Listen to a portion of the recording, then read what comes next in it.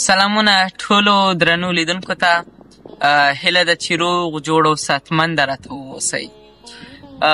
درنو لیدونکو دا خبره مو تل په یاد وي چې متقابل لوري ته تل احترام لرئ. دا چې انسان باید د الله جل جلاله ټولو مخلوقات ته احترام لري، خو بیا د احترام کچه د مخلوقاتو ترمنځ فرق کوي. ډېرو ته باید لږ احترام وشي او ډېرو ته باید زیات احترام وشي، خو انسانانو ته باید ډېر زیات احترام ولرو.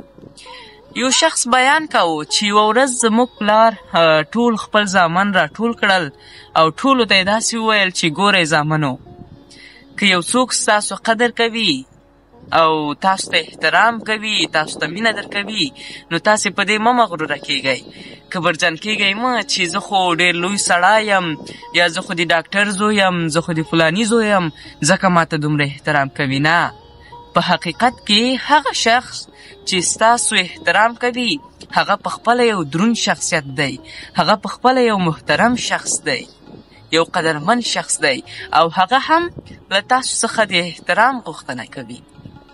نو که تاسې هم غواړئ چې تل مو احترام وشي او تل خلک ستاسو قدر وکړي، تاسو ته په ښه سترګه وګوري، نو تاسې هم تل کوشش کوئ چې تل نورو ته احترام وکړئ.